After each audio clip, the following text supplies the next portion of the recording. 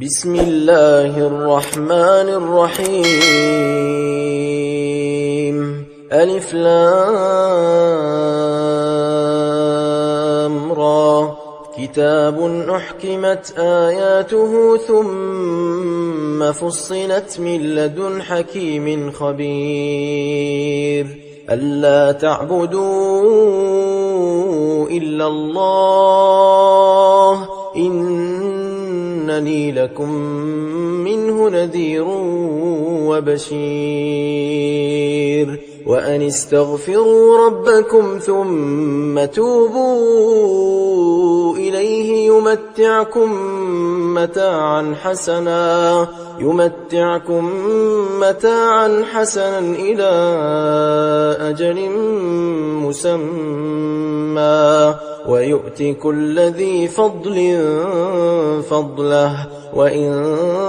تولوا فإني أخاف عليكم عذاب يوم كبير إلى الله مرجعكم وهو على كل شيء قدير ألا إنهم يثنون صدورهم ليستخفوا منه ألا حين يستغشون ثيابهم يعلم ما يسرون وما يعلنون إنه عليم بذات الصدور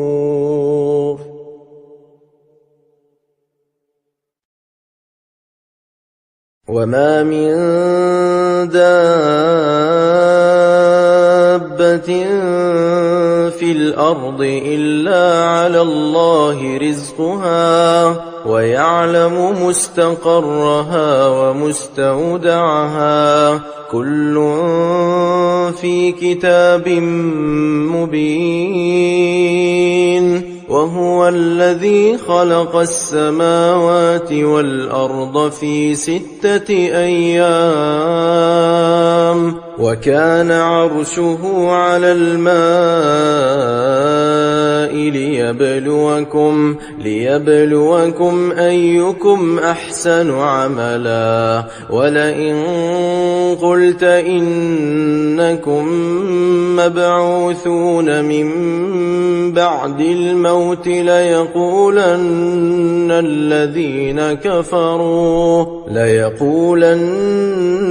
الذين كفروا إن هذا إلا سحر مبين ولئن أخرنا عنهم العذاب إلى أمة معدودة ليقولن ما يحبسه ألا يوم يأتيهم ليس مصروفا عنهم وحاق بهم ما كانوا به يستهزئون ولئن أذقنا الإنسان منا رحمة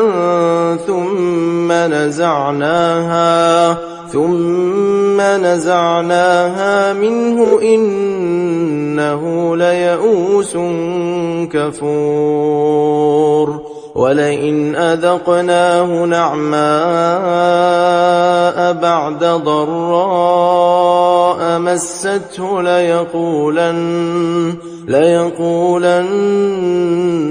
ذهب السيئات عني إنه لفرح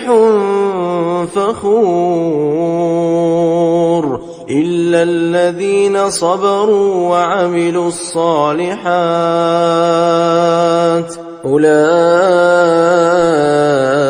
لهم مغفرة وأجر كبير فلعلك تارك بعض ما يوحى إليك وضائق به صدرك أن يقولوا لولا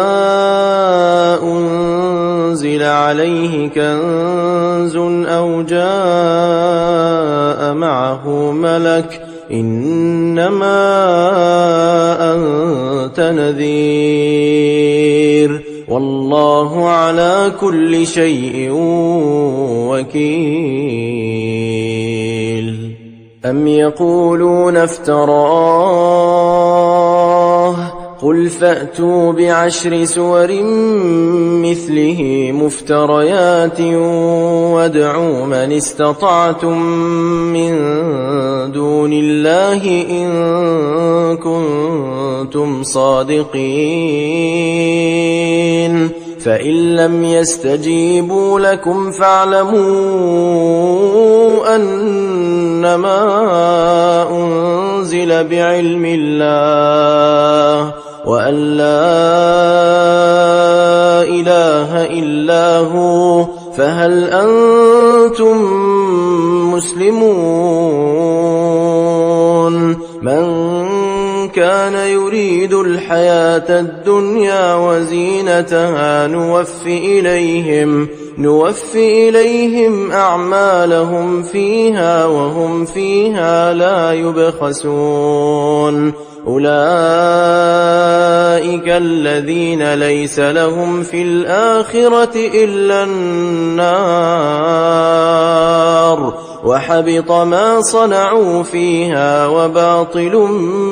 ما كانوا يعملون أفمن كان على بينة من ربه ويتلوه شاهد منه ومن قبله كتاب موسى إماما ورحمة أولئك يؤمنون به ومن يكفر به من الأحزاب فالنار موعده فلا تك في مرية منه إنه الحق من ربك ولكن أكثر الناس لا يؤمنون ومن أظلم ممن افترى على الله كذبا أولئك يعرضون على ربهم ويقول الأشهاد هؤلاء الذين كذبوا على ربهم ألا لعنة الله على الظالمين الذين يصدون عن سبيل الله ويبغونها عوجا وهم بالآخرة هم كافرون أولئك لم يكونوا معجزين في الأرض وما كان لهم من دون الله من أولياء يضاعف لهم العذاب ما كانوا يستطيعون السمع وما كانوا يبصرون أولئك الذين خسروا أنفسهم وضل عنهم ما كانوا يفترون لا جرم أنهم في الآخرة هم الأخسرون إن الذين آمنوا وعملوا الصالحات وأخبتوا إلى ربهم أولئك أصحاب الجنة هم فيها خالدون مثل الفريقين كالأعمى والأصم والبصير والسميع هل يستويان مثلا أفلا تذكرون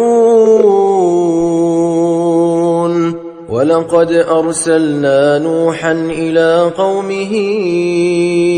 إني لكم نذير مبين ألا تعبدوا إلا الله إني أخاف عليكم عذاب يوم أليم فقال الملأ الذين كفروا من قومه ما نراك إلا بشرا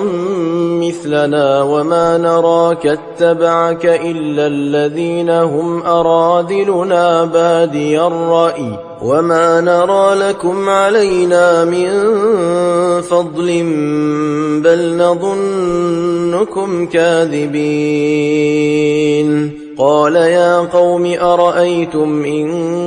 كنت على بينة من ربي وآتاني رحمة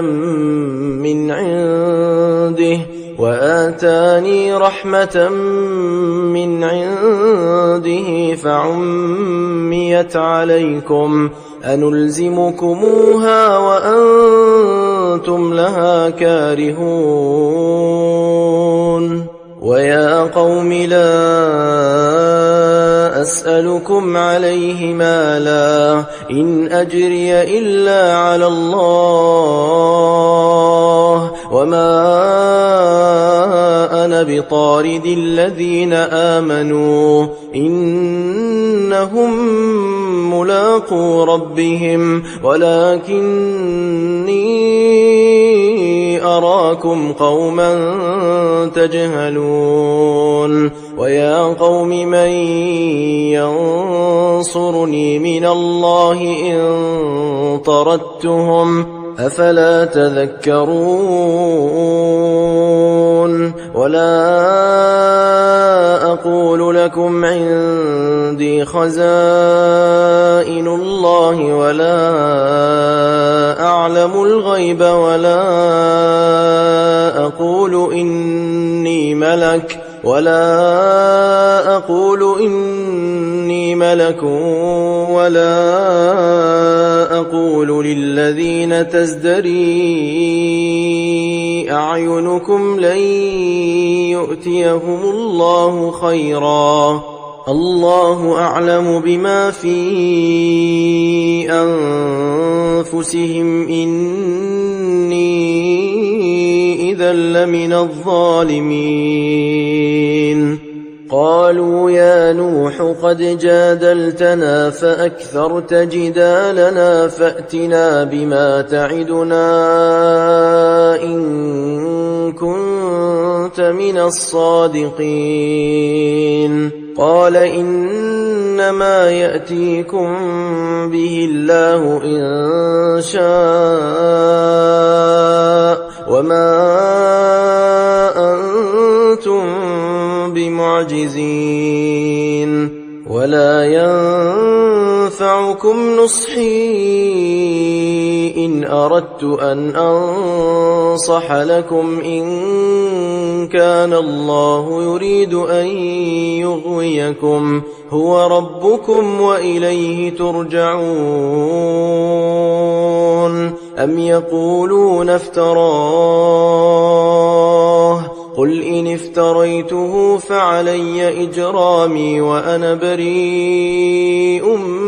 مما تجرمون وأوحي إلى نوح أنه لن يؤمن من قومك إلا من قد آمن فلا تبتئس بما كانوا يفعلون واصنع الفلك بأعيننا ووحينا ولا تخاطبني في الذين ظلموا إنهم مغرقون ويصنع الفلك وكلما مر عليه ملأ من قومه سخروا منه قال إن تسخروا منا فإنا نسخر منكم كما تسخرون فسوف تعلمون من يأتيه عذاب يخزيه ويحل عليه عذاب مقيم حتى إذا جاء أمرنا أردت النور قل نحمل فيها من كل زوجين اثنين وأهلك إلا من سبق عليه القول وما آمن معه إلا قليل وقال اركبوا فيها بسم الله مجريها ومرساها إن ربي لغفور رحيم وهي تجري بهم في موج كالجبال ونادى نوح ابنه وكان في معزل يا بني اركب معنا ولا تكن مع الكافرين قال سآوي إلى جبل يعصمني من الماء قال لا عاصم اليوم من أمر الله إلا من رحم وحال بينهما الموج فكان من المغرقين وقيل يا أرض ابلعي ماءك ويا سماء أقلعي وغيض الماء وقضي الأمر واستوت على الجودي وقيل بعدا للقوم الظالمين ونادى نوح ربه فقال رب إن ابني من أهلي وإن وعدك الحق وأنت أحكم الحاكمين قال يا نوح إنه ليس من أهلك إنه عمل غير صالح فلا تسألني ما ليس لك به علم إني أعظك أن تكون من الجاهلين قال رب إني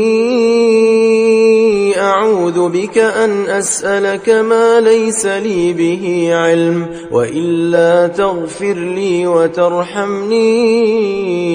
أكن من الخاسرين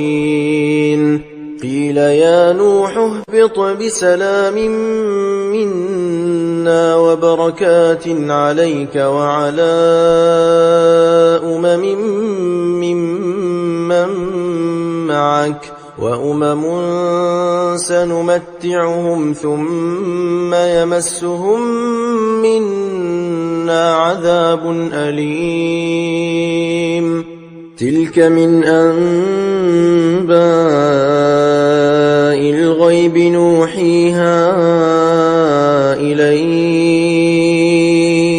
ما كنت تعلمها أنت ولا قومك من قبل هذا فاصبر إن العاقبة للمتقين وإلى عاد أخاهم هودا قال يا قوم اعبدوا الله ما لكم من إله غيره إن أنتم إلا مفترون يا قوم لا أسألكم عليه أجرا إن أجري إلا على الذي فطرني أفلا تعقلون ويا قوم استغفروا ربكم ثم توبوا إليه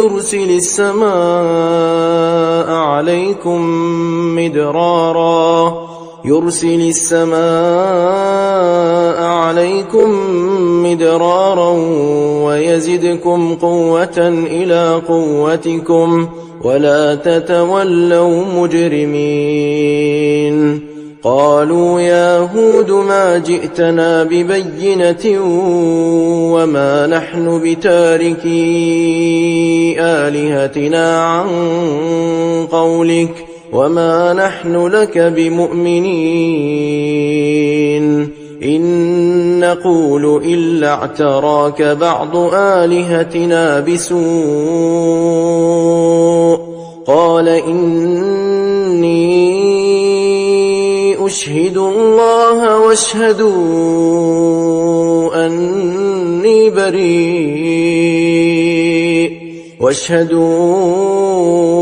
أني بريء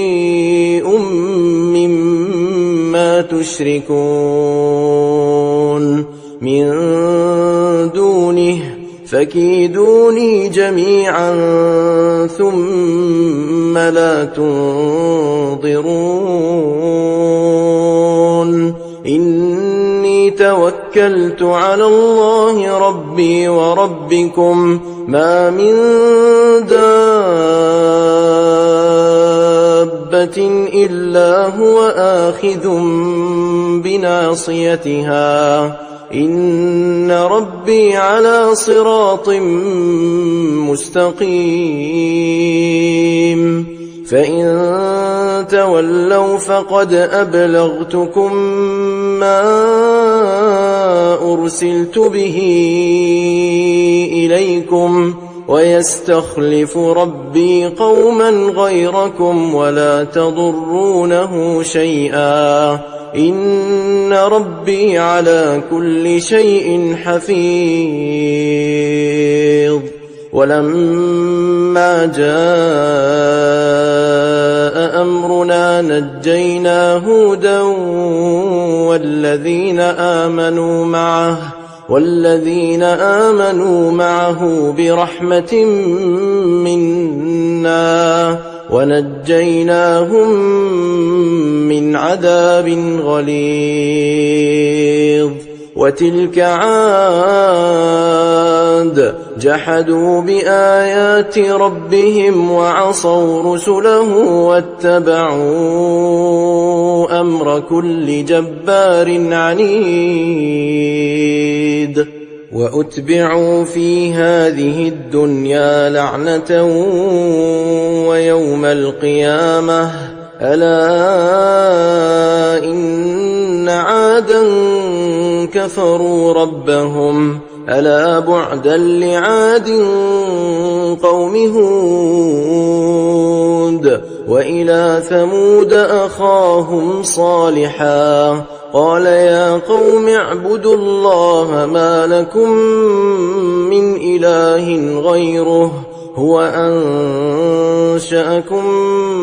من الأرض واستعمركم فيها فاستغفروه ثم توبوا إليه إن ربي قريب مجيب قالوا يا صالح قد كنت فينا مرجوا قبل هذا أتنهانا أن نعبد ما يعبد آباؤنا وإننا لفي شك مما تدعونا إليه مريب قال يا قوم أرأيتم إن كنت على بينة من ربي وآتاني منه رحمة فمن ينصرني من الله إن عصيته فما تزيدونني غير تخسير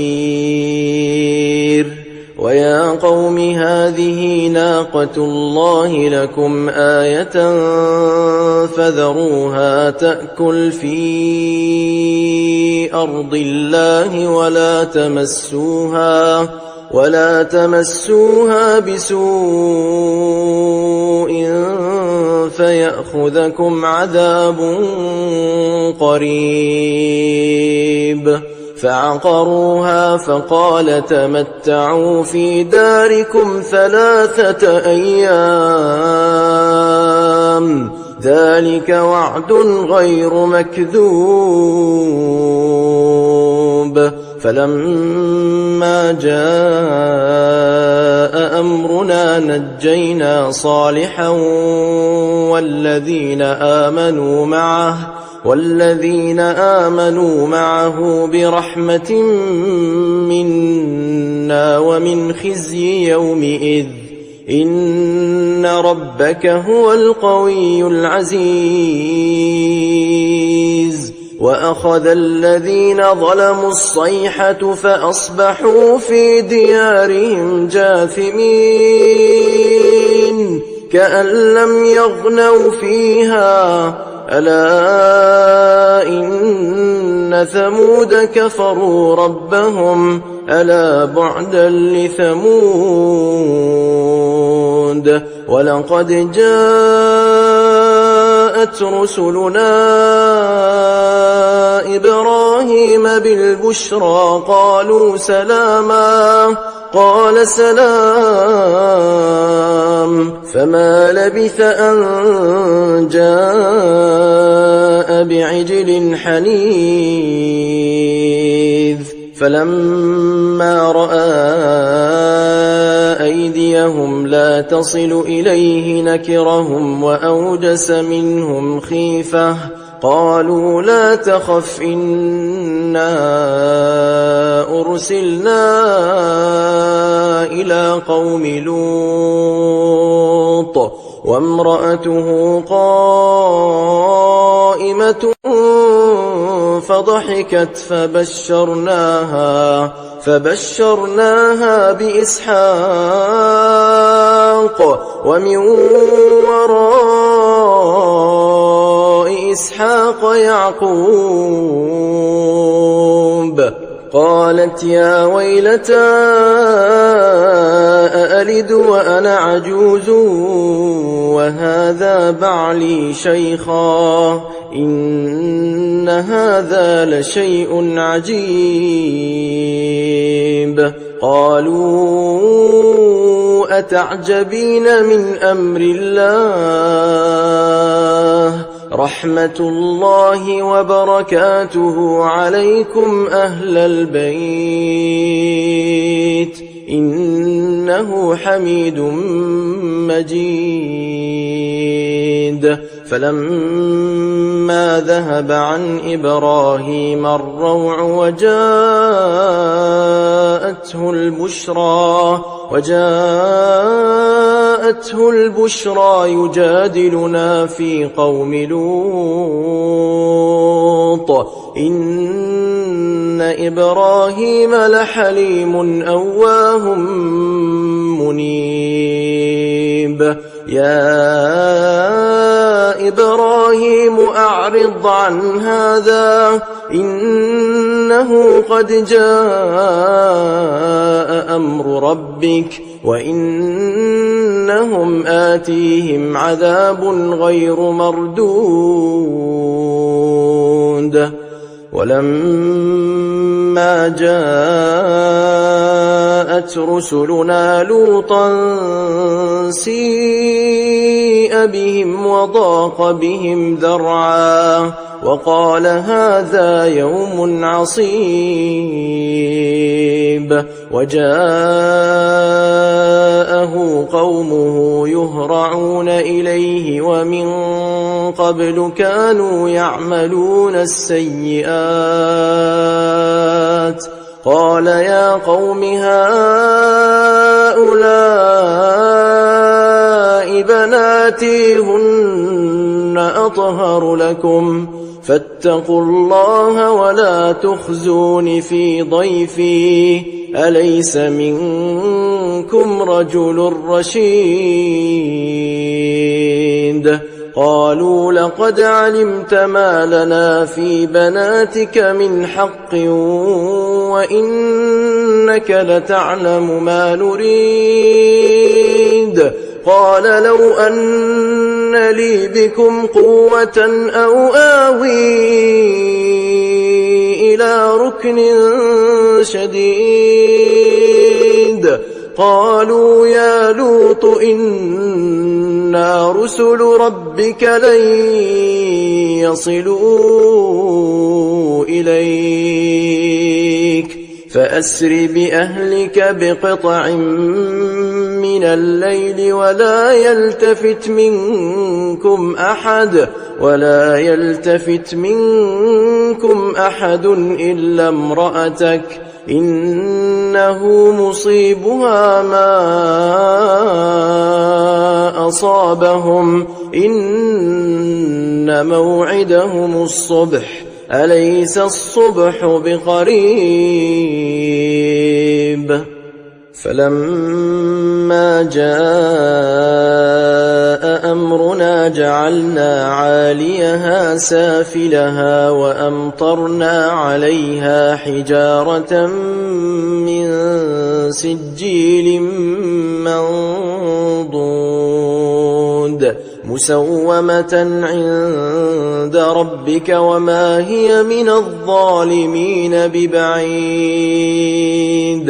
وإلى مدين أخاهم شعيبا قال يا قوم اعبدوا الله ما لكم من إله غيره ولا تنقصوا المكيال والميزان إني أراكم بخير وإني أخاف عليكم عذاب يوم محيط ويا قوم أوفوا المكيال والميزان بالقسط ولا تبخسوا الناس أشياءهم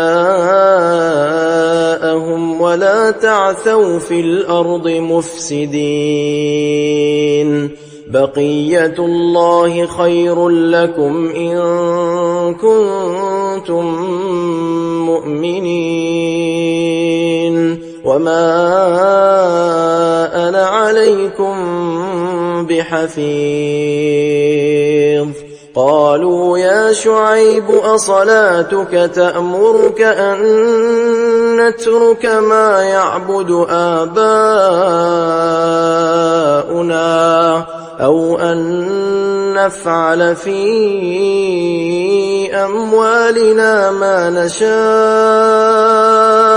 إنك لأنت الحليم الرشيد قال يا قوم أرأيتم إن كنت على بينة من ربي ورزقني منه رزقا حسنا وما أريد أن أخالفكم إلى ما أنهاكم عنه إن أريد إلا الإصلاح ما استطعت وما توفيقي إلا بالله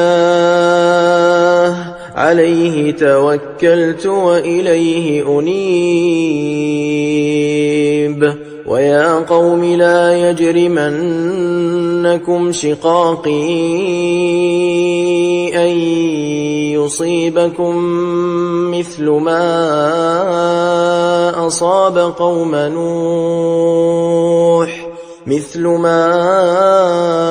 أصاب قوم نوح أو قوم هود أو قوم صالح وما قوم لوط منكم ببعيد واستغفروا ربكم ثم توبوا إليه إن ربي رحيم ودود قالوا يا شعيب ما نفقه كثيرا مما تقول وإنا لنراك فينا ضعيفا ولولا رهطك لرجمناك وما أنت علينا بعزيز قال يا قوم أرهطي أعز عليكم من الله واتخذتموه وراءكم ظهريا إن إن ربي بما تعملون محيط ويا قوم اعملوا على مكانتكم إني عامل سوف تعلمون من يأتيه عذاب يخزيه ومن هو كاذب وارتقبوا إني معكم رقيب ولما جاء أمرنا نجينا شعيبا والذين آمنوا معه برحمة منا وأخذت الذين ظلموا الصيحة فأصبحوا في ديارهم جاثمين كأن لم يغنوا فيها ألا بعدا لمدين كما بعدت ثمود ولقد أرسلنا موسى بآياتنا وسلطان مبين إلى فرعون وملئه فاتبعوا أمر فرعون وما أمر فرعون برشيد يقدم قومه يوم القيامة فأوردهم النار وبئس الورد المورود وأتبعوا في هذه لعنة ويوم القيامة بئس الرفد المرفود ذلك من أنباء القرى نقصه عليك منها قائم وحصيد وما ظلمناهم ولكن ظلموا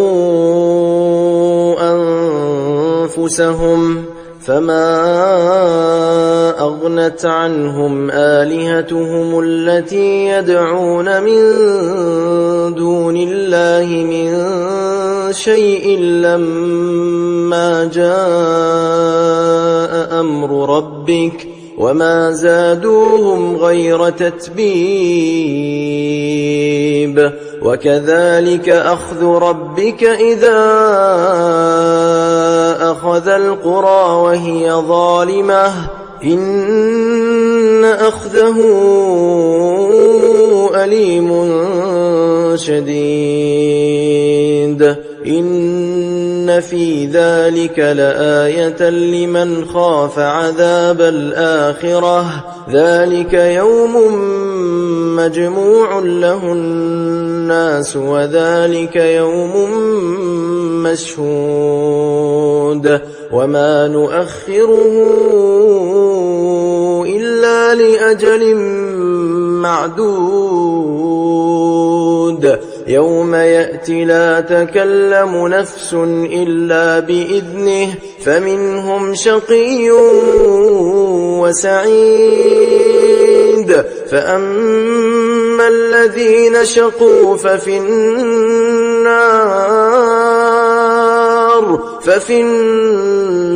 النار لهم فيها زفير وشهيق خالدين فيها ما دامت السماوات والأرض إلا ما شاء ربك إن ربك فعال لما يريد وأما الذين سعدوا ففي الجنة خالدين فيها ما دامت السماوات والأرض إلا ما شاء ربك عطاء غير مجذوذ فلا تك في مرية مما يعبد هؤلاء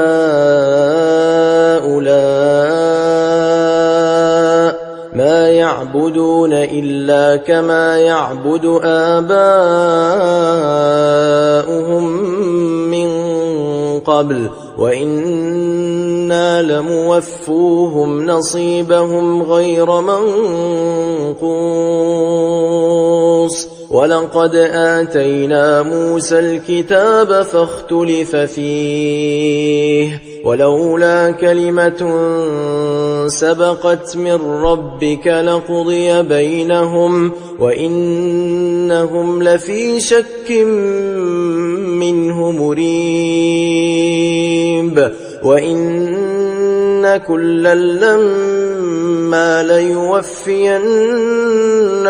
ربك أعمالهم إنه بما يعملون خبير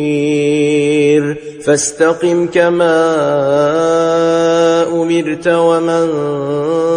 تاب معك ولا تطغوا إنه بما تعملون بصير ولا تركنوا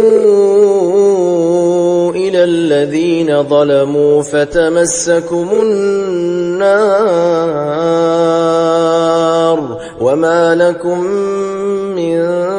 دون الله من أولياء ثم لا تنصرون وأقم الصلاة طرفي النهار وزلفا من الليل إن الحسنات يذهبن السيئات ذلك ذكرى للذاكرين واصبر فإن الله لا يضيع أجر المحسنين فلولا كان من القرون من قبلكم أولو بقية ينهون عن الفساد في الأرض إلا قليلا ممن أنجينا منهم واتبع الذين ظلموا ما أترفوا فيه وكانوا مجرمين وما كان ربك ليهلك القرى بظلم وأهلها مصلحون ولو شاء ربك لجعل الناس أمة واحدة ولا يزالون مختلفين إلا من رحم ربك ولذلك خلقهم وتمت كلمة ربك لأملأن جهنم من الجنة والناس أجمعين وكلا نقص عليك من أنباء الرسل ما نثبت به فؤادك وجاءك في هذه الحق وموعظة وذكرى للمؤمنين وقل للذين لا يؤمنون اعملوا على مكانتكم إنا عاملون وانتظروا إنا منتظرون ولله غيب السماوات والأرض وإليه يرجع الأمر كله فاعبده وتوكل عليه وما ربك بغافل عما تعملون بسم الله الرحمن الرحيم ألف لام ميم را تلك آيات الكتاب والذي أنزل إليك من ربك الحق ولكن أكثر الناس لا يؤمنون. الله الذي رفع السماوات بغير عمد ترونها ثم استوى على العرش وسخر الشمس والقمر كل يجري لأجل مسمى يدبر الأمر يفصل الآيات لعلكم بلقاء ربكم توقنون. وهو الذي مد الأرض وجعل فيها رواسي وأنهارا ومن كل الثمرات جعل فيها زوجين اثنين يغشي الليل النهار إن في ذلك لآيات لقوم يتفكرون. وفي الأرض قطع متجاورات وجنات من أعناب وزرع ونخيل صنوان وغير صنوان يسقى بماء واحد ونفضل بعضها على بعض في الأكل إن في ذلك لآيات لقوم يعقلون. وإن تعجب فعجب قولهم أإذا كنا ترابا أإنا لفي خلق جديد أولئك الذين كفروا بربهم وأولئك الأغلال في أعناقهم وأولئك أصحاب النار هم فيها خالدون. ويستعجلونك بالسيئة قبل الحسنة وقد خلت من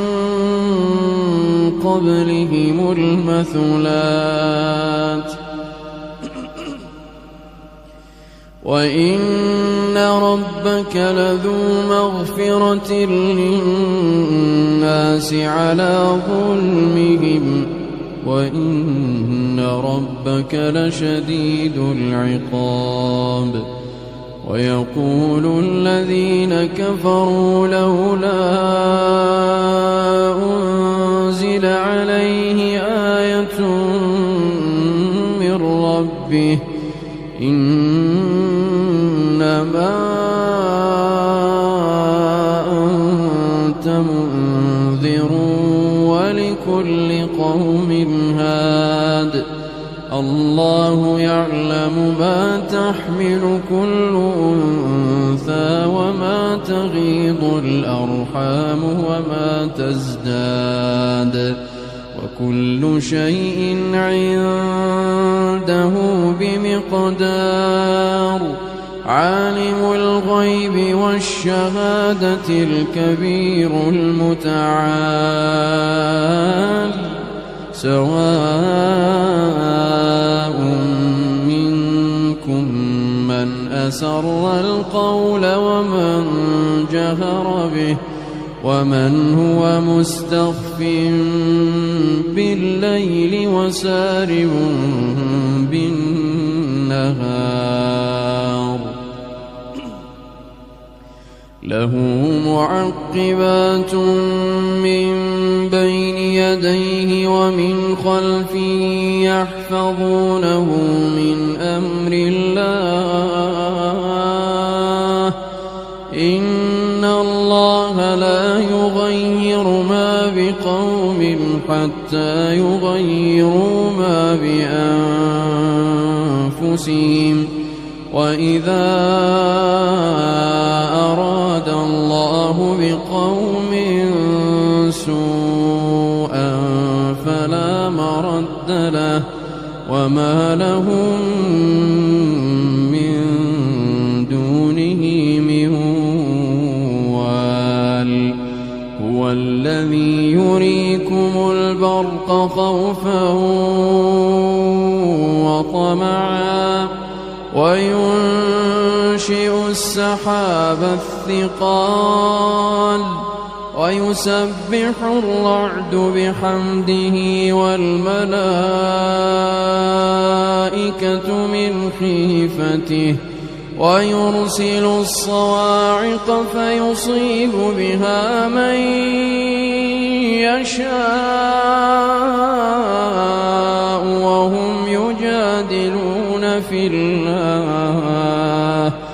وهم يجادلون في الله وهو شديد المحال له دعوة الحق والذين يدعون من دونه لا يستجيبون لهم بشيء والذين يدعون من دونه لا يستجيبون لهم بشيء إلا كباسط كفيه إلى الماء ليبلغ فاه وما هو ببالغه وما دعاء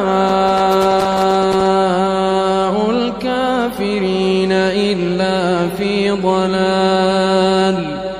ولله يسجد من في السماوات والأرض طوعا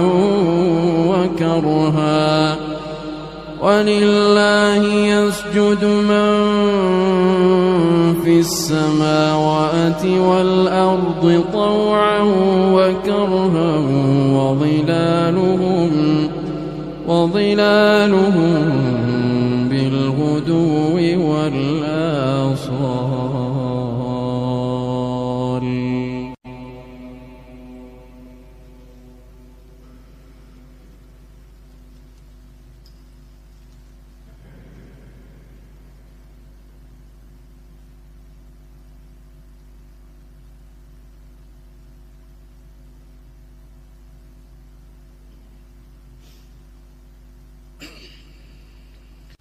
قل من رب السماوات والأرض قل الله قل أفاتخذتم من دونه أولياء لا يملكون لأنفسهم نفعا ولا ضرا قل هل يستوي الأعمى والبصير أم هل تستوي الظلمات والنور أم جعلوا لله شركاء خلقوا كخلقه فتشابه الخلق عليهم قل الله خالق كل شيء وهو الواحد القهار أنزل من السماء ماء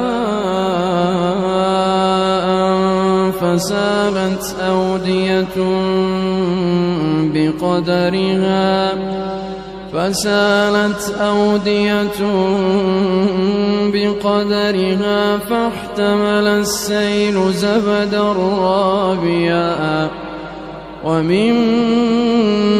يوقدون عليه في النار ابتغاء حلية أو متاع زبد مثله كذلك يضرب الله الحق والباطل فأما الزبد فيذهب جفاء وأما ما ينفع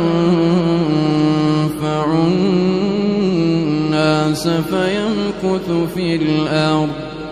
كذلك يضرب الله الأمثال للذين استجابوا لربهم الحسنى والذين لم يستجيبوا له لو أن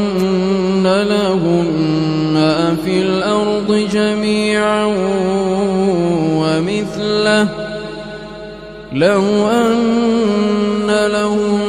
ما في الأرض جميعا ومثله معه لافتدوا به أولئك لهم سوء الحساب ومأواهم جهنم وبئس المهاد أفمن يعلم أنما أنزل إليك من ربك الحق كمن هو أعمى إنما يتذكر أولو الألباب الذين يوفون بعهد الله ولا ينقضون الميثاق والذين يصلون ما أمر الله به أن يوصل ويخشون ربهم ويخافون سوء الحساب والذين صبروا ابتغاء وجه ربهم وأقاموا الصلاة وأنفقوا مما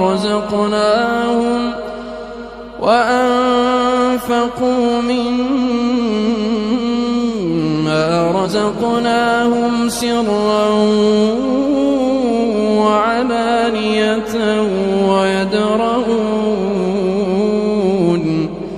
ويدرؤون بالحسنة السيئة أولئك لهم عقبى الدار جنات عدن يدخلونها ومن صلح من آبائهم وأزواجهم وذرياتهم والملائكة يدخلون عليهم من كل باب سلام عليكم بما صبرتم فنعم عقبى الدار والذين ينقضون عهد الله من بعد ميثاقه ويقطعون ما أمر الله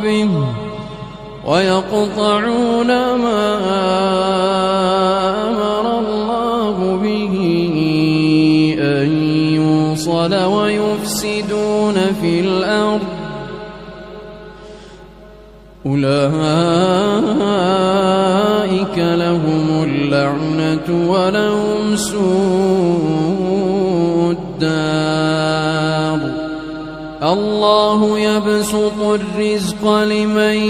يشاء ويقدر وفرحوا بالحياة الدنيا وما الحياة الدنيا في الآخرة إلا متاع ويقول الذين كفروا لولا أنزل عليه آية من ربه قل إن الله يضل من يشاء ويهدي إليه من أناب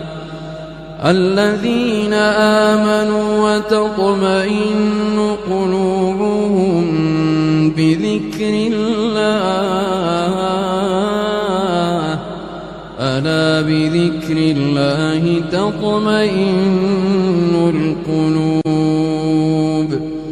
الذين آمنوا وعملوا الصالحات طوبى لهم وحسن مآب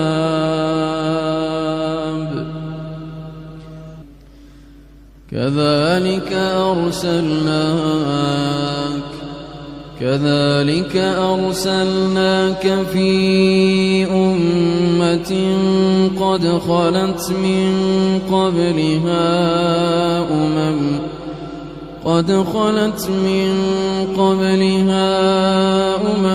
لتتلو عليهم الذي أوحينا إليك وهم يكفرون بالرحمن قل هو ربي لا إله إلا هو عليه توكلت وإليه متاب ولو أن قرآنا سيرت به الجبال أو قطعت به الأرض أو كلم به الموتى بل لله الأمر جميعا أفلم ييأس الذين آمنوا أن لو يشاء الله لهدى الناس جميعا ولا يزال الذين كفروا تصيبهم بما صنعوا قارعة أو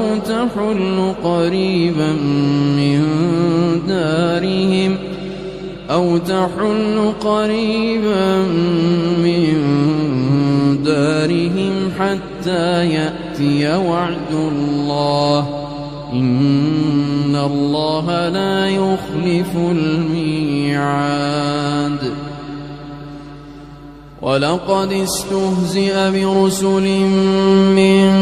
قبلك فأمليت للذين كفروا ثم أخذتهم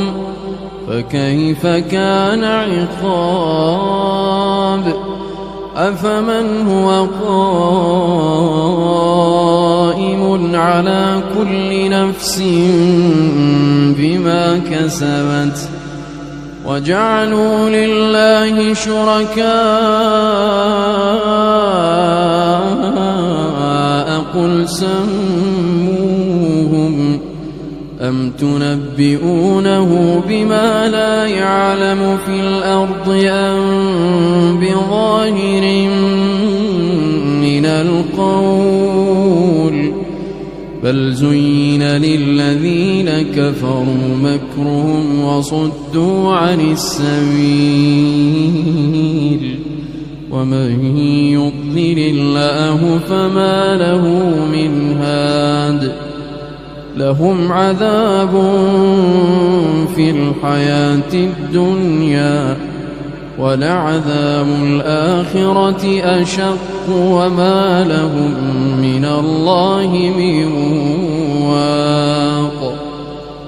مثل الجنة التي وعد المتقون تجري من تحتها الأنهار أكلها دائم وظلها تلك عقبى الذين اتقوا وعقبى الكافرين النار والذين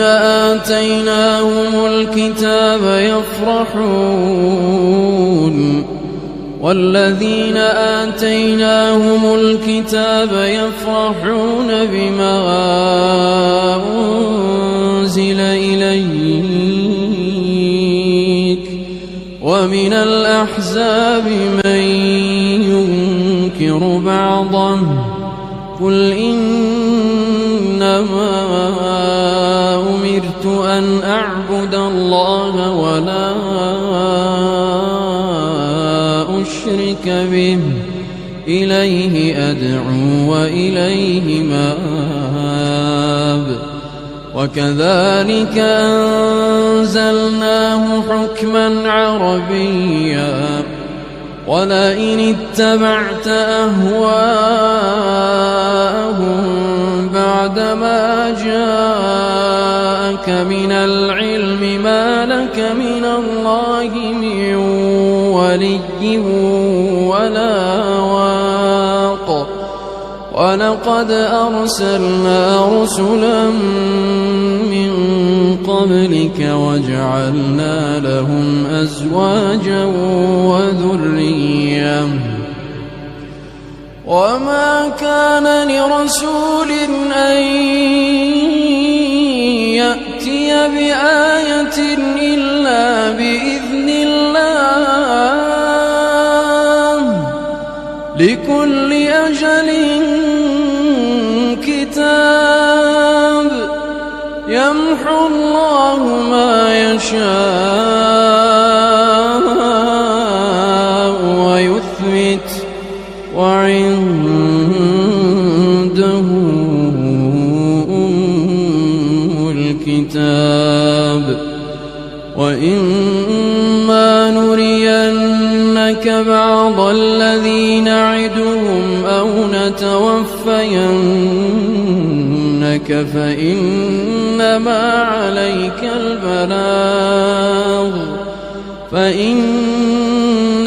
عليك البلاغ وعلينا الحساب